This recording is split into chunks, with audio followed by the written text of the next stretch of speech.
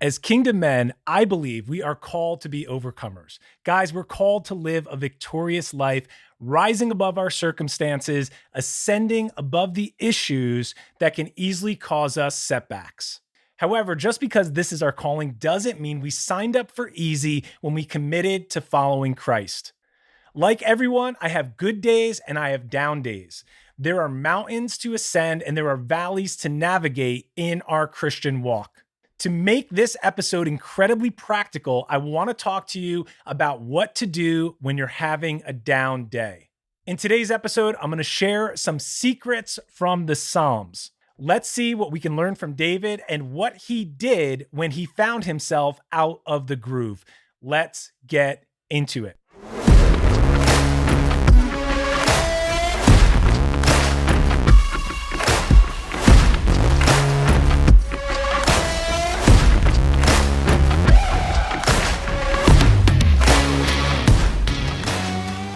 Hey guys, welcome back to another episode of Raising the Standard, leadership mindset and development for the kingdom man. And hey guys, I want to be really transparent. I want to be vulnerable in today's episode. And I want to talk about something that maybe we as guys don't always talk about because we have our shields up, we're armored up, and we don't let people in past the outer gate. And what I mean by that is we all have down days. There are just days you're unmotivated. There's days where you just don't feel like doing what you think you're supposed to do, what you know you're supposed to do. And that can lead to discouragement, despair, and even depression. Like just talking about mental health, how that can impact you when you feel like you're not progressing. And whatever that emotion is that's attached to it, that's what I want to talk about because we all have days like that. And I want to talk about a biblical process for how we pull ourselves out and how we get victory in a situation like this. And listen, I've been talking to some friends lately and we've been sharing with each other like, hey, even in the last couple of weeks, I've had a couple of days where I'm just not motivated or I don't have that fire that I once had. And that can lead to like, I'm in a funk. So like basically, how do you fight the funk? How do you fight it when you're just down? And it takes vulnerability, right? Because we have to share how we're feeling with someone. If not, we carry it around, we bottle it up. And it also takes trust. You got to have a brother. You got to have someone you can confide in. And a lot of us don't have that. We don't have an inner circle of friends. And even if we do have some friends that we can confide some things in, you may not be sharing this because as men, we're competitive. There's a competitive nature. There's a lot of perception in the world today of not showing any weakness, of not showing any transparency and saying like, no, I'm all good. And like, isn't that what we do when we meet each other and we see each other like, hey, what's up? What's up with you? How you doing? Good. Like that's the standard response. We rarely are very honest to say, hey, actually, I'm struggling a little bit. You know, it hasn't been the best week for me, or I've been a little bit down, or I'm trying to get out of this space that I'm in. Hey guys, so the question that lies before us is what do you do when you lose discipline? What do you do when you're distracted? What do you do when even you're seeking the Lord, but you end up reading a lot about him or you end up listening to things, but you're not actually spending time with God. You're just doing a lot of things for him or about him, but it's lacking that passion, that fire, that intimacy that we're called to have with our Father and walking this life out with Jesus. So let's look at a couple scriptures here because the Apostle Paul has a mentee. He has someone that he considers his spiritual son. This guy's name is Timothy.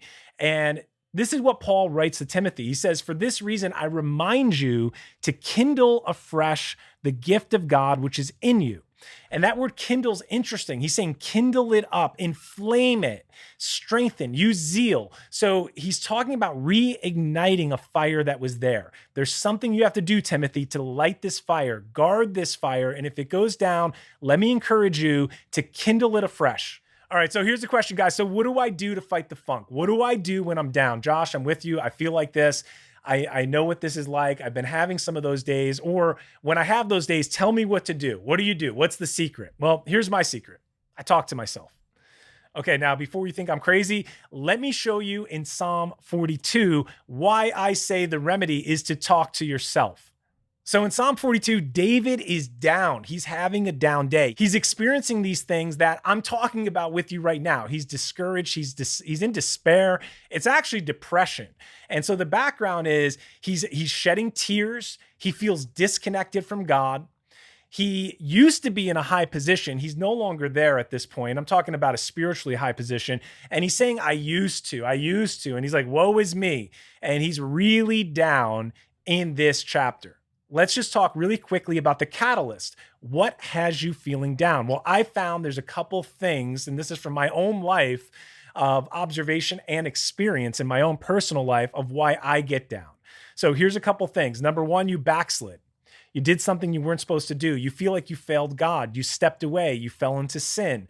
There could be that. And that will definitely leave you feeling disconnected, open to possible condemnation. And even though we know the Lord forgives us and restores us, we don't always do that with ourselves. Okay, it also could be because maybe it's not an open sin, but you feel like you let God down or you let someone else close to you down and you're just beating yourself up. There's somewhere you dropped the ball in life, you let someone down and you feel upset about it, and that caused you into a little bit of despair, a little bit of depression, and you're having an off day because of this. And it also can be because you lost your zeal, that fiery passion that we are to live for with God. You're living clean. You're not involved in any open sin, but you don't have that fire. You don't have that passion. You're not walking with this renewed energy every day of living and walking with Jesus and the adventure that he invites us into. So whatever the reason, let's look at David because he was in despair. He was weakened. The word also means he was reduced and he was depressed. So I'm not going to read the whole Psalm to you. You can check it out. It's Psalm 42. But David starts asking himself questions. He starts talking to himself in this Psalm. He says, why are you in despair, O my soul? So what is the soul of man? Quick refresher. Your soul life is your mind, your intellect, your will, and your emotions. Everything that makes up who you are in your personality. That is the soul realm of man.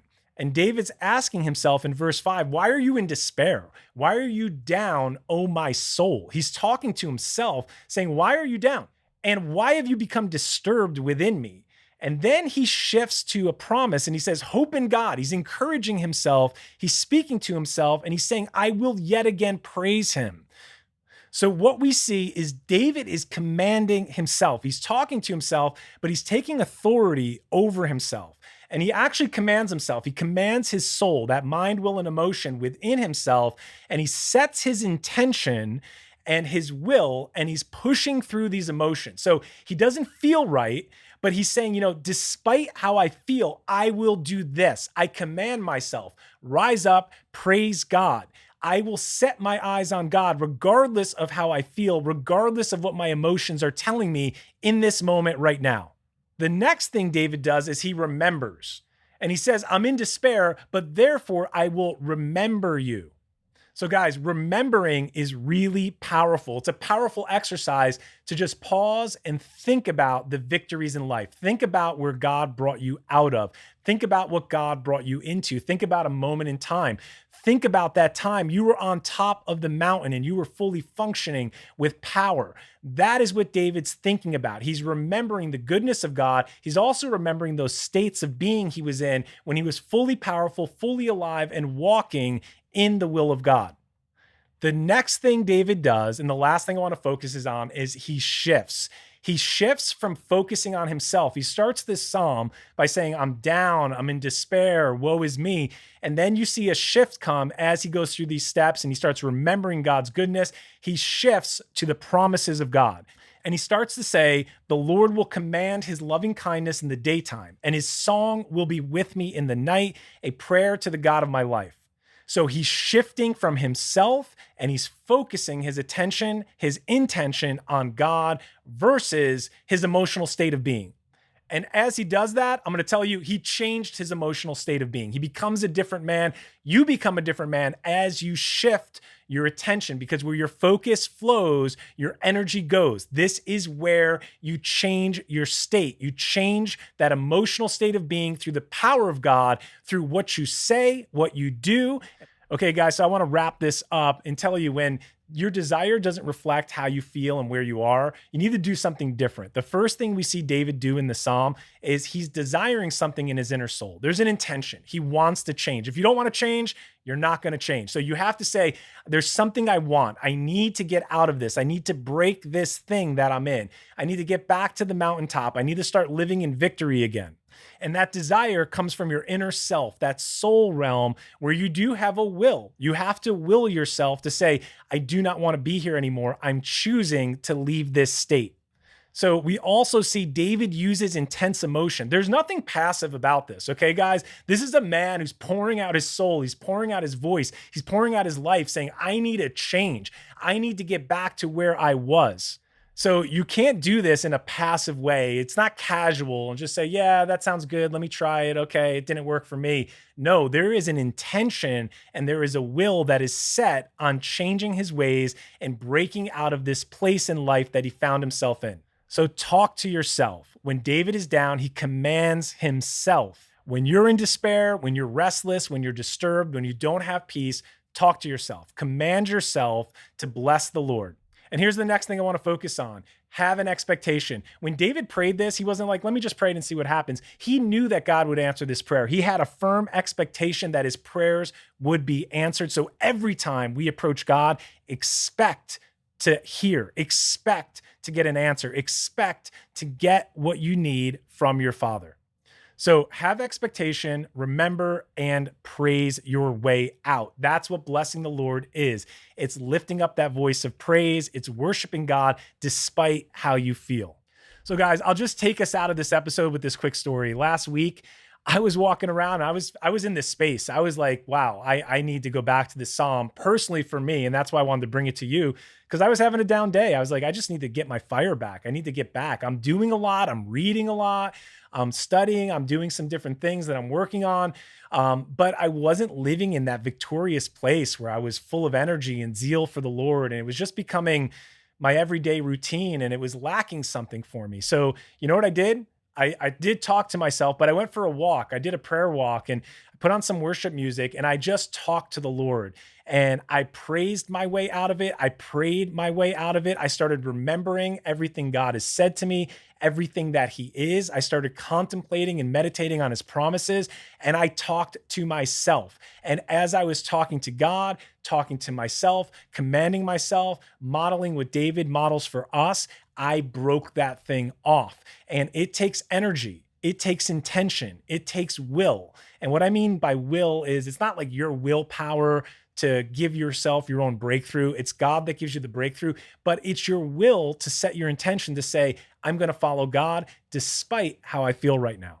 So when you're in that moment and you can't find your way, guys, take the lessons from this Psalm, take the lessons from this episode and talk to yourself, command yourself, take control over your state of being, your emotional state, take authority over yourself, and lift up worship to God and watch what happens in your life.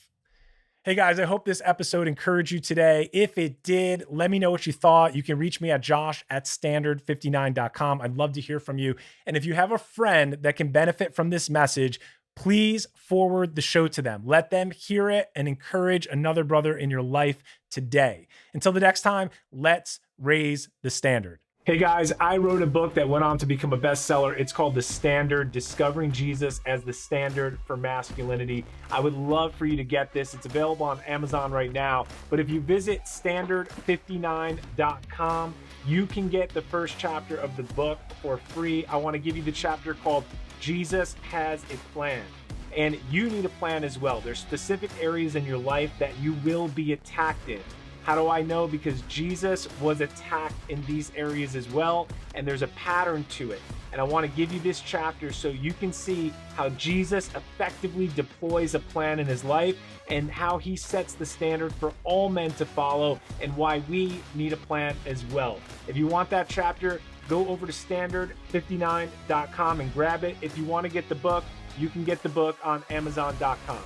Thanks for watching today's video, and if something resonated with you, please leave a comment below. Let us know what it was. Tell us what you would like us to explore for future episodes. Go ahead, like this video, subscribe to the channel, and continue to raise the standard.